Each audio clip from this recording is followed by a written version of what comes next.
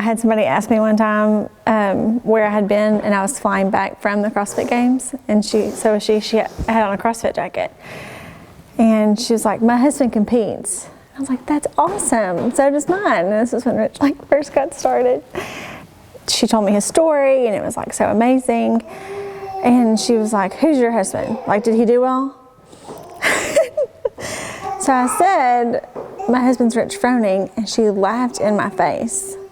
And her husband fell over the chair laughing. And she was like, "Honey, do you know how many times we've heard that this weekend?" And I was like, "You've heard what this weekend?" And she was like, "That they're with Rich Froning." I was like, "Well, I'd hope not too many," because I'm his wife. And she's like, "Do you have your driver's license?" And I was like, "I am absolutely not pulling out my driver's license to prove to you that I'm his wife." She goes, "That's what I thought." Well, the husband, I guess, had Wi-Fi or whatever and pulled it up. And he was like, "You really are Hillary." I was like, I don't really know what else to say. This is just awkward. She was like, "Sorry."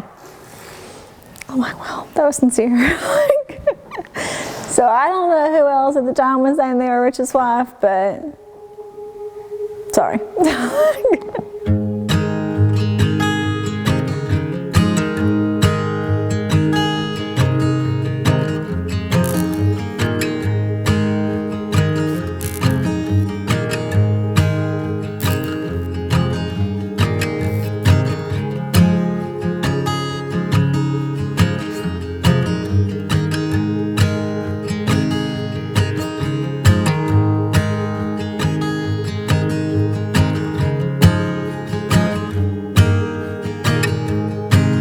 I think the only reason my mind is going and trying to figure out what the next thing to do is so I have something to take care of for them. So I mean, obviously if I could make enough money to where I could just hang out with them all the time, I would do it.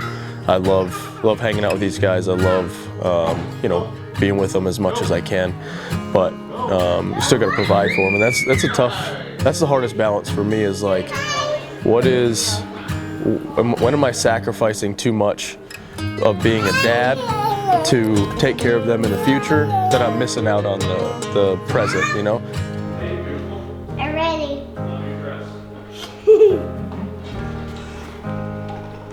What do you think?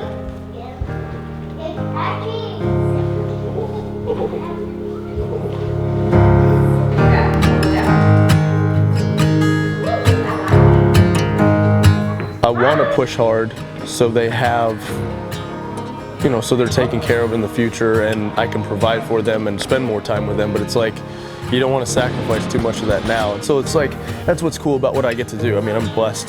Today, I mean, they hung out with us all day and they're at the gym and, may not be with them every minute of the time they're there, but at least they're around and they're, able to say, "Yeah, I hung out with my dad," or, we did whatever. So as much as I can, I take them wherever we go.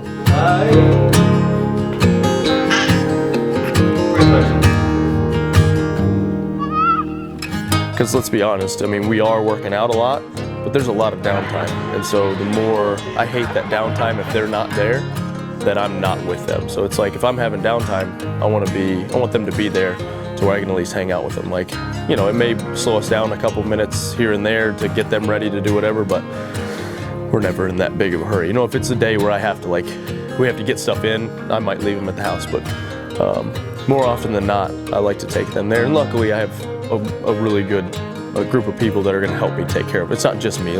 Tasia loves them, Kristen loves them, Ellie loves them, and then even having Darren or Jaden or somebody in the back that can kind of take care of them while we're working out is huge. And everybody loves our kids. Well, they act like they love our kids, but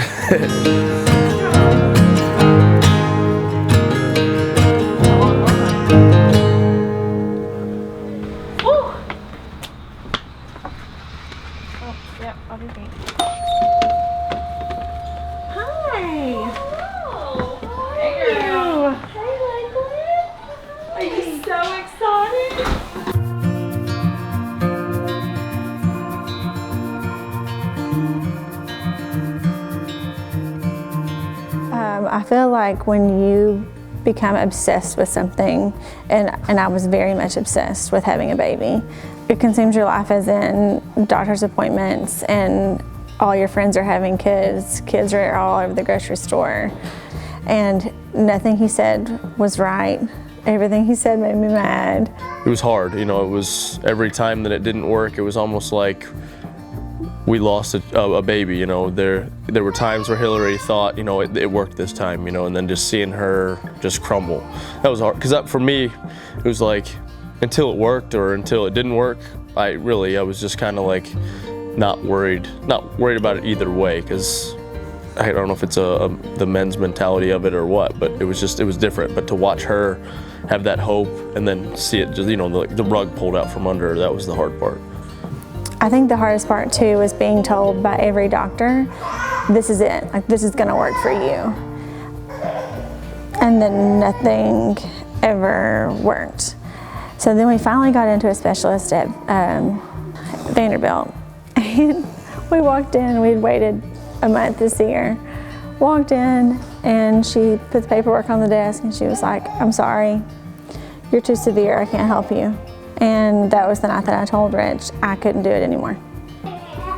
You know, the infertility actually probably affected our marriage in a positive way. I mean, we got closer.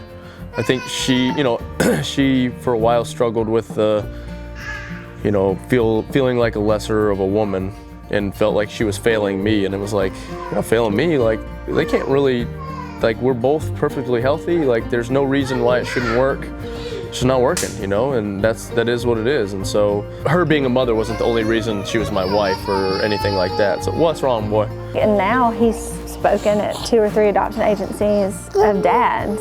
And he talks about our journey, and he talks about how crazy I was. And I look around and there's these dads and they're crying. And then I get emotional. And they say the same thing. It's like, well, how do you help your wife? And he's like, just watch out. He's like, there's just nothing you can say. And there's not. You know, everything's wrong. And then they say the same thing too. Well, I'm just not on board. And she's ready. And I'm not. And he says the same thing. He's like, I wasn't either. And he wasn't. He didn't want to adopt yet. And he's like, but when you are, you are. And there's a reason.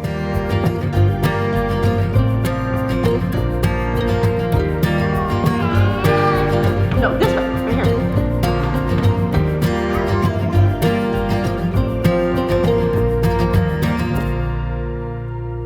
My parents weren't quite as patient sometimes, and my aunts and uncles, and like I've watched some of that, and I don't know, like, you know, there are times where I'll get after them, you know, like once they, you know, I'll try to be as patient as I can, but give me that.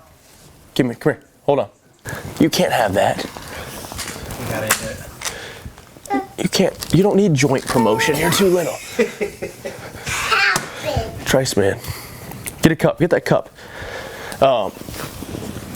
Yeah, I don't know. My parents were never, my parents weren't super patient with me when I was a kid.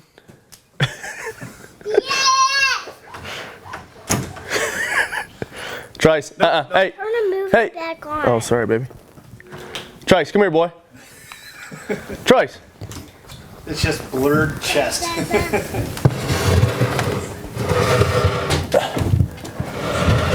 There you go. Now drive.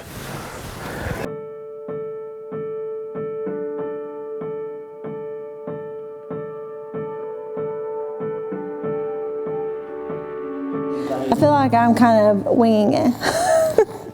I feel like there are definitely days where I'm like, I don't know what I'm doing. But I also feel like I just really enjoy it. By no means is it easy. You know, it's definitely hard. But it's also so fun. Like, I just love every bit of it. And I feel like that's what makes it even more enjoyable and also not as overwhelming at times when literally everybody's screaming and crying.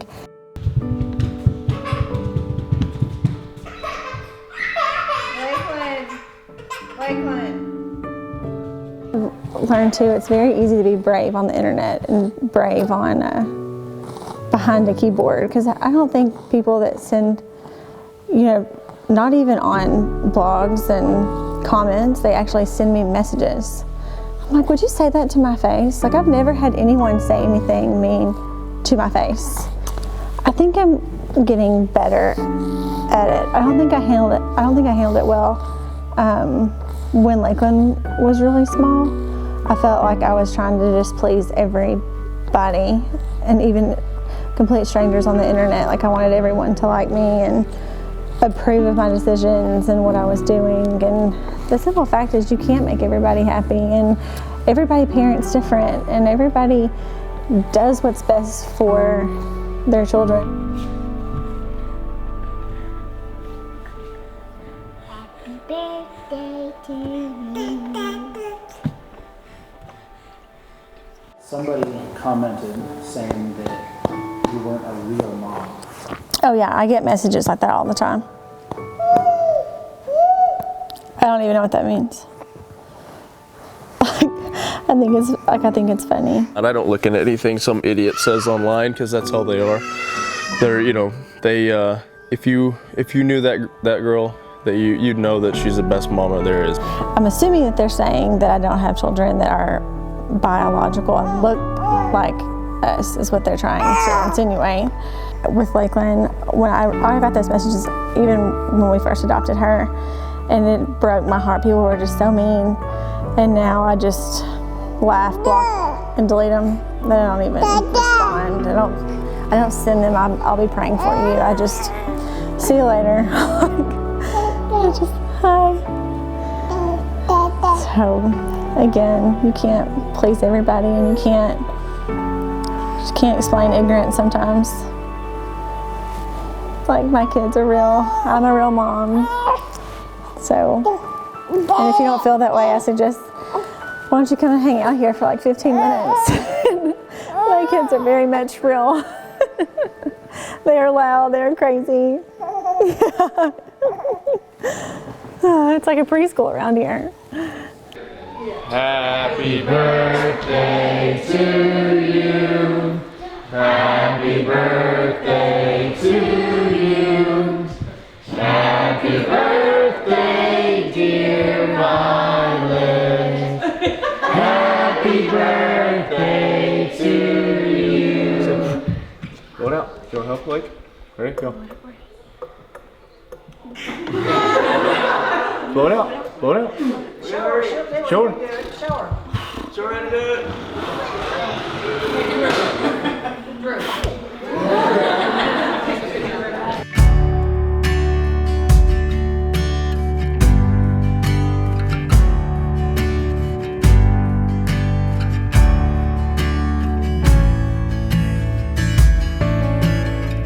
I mean, you hope you think you're doing the right thing, but I don't think, you know, I always tell people when like friends have kids, I'm like, here, the only pieces of advice I'm gonna give you is don't listen to anybody, and don't let your kids sleep in the bed.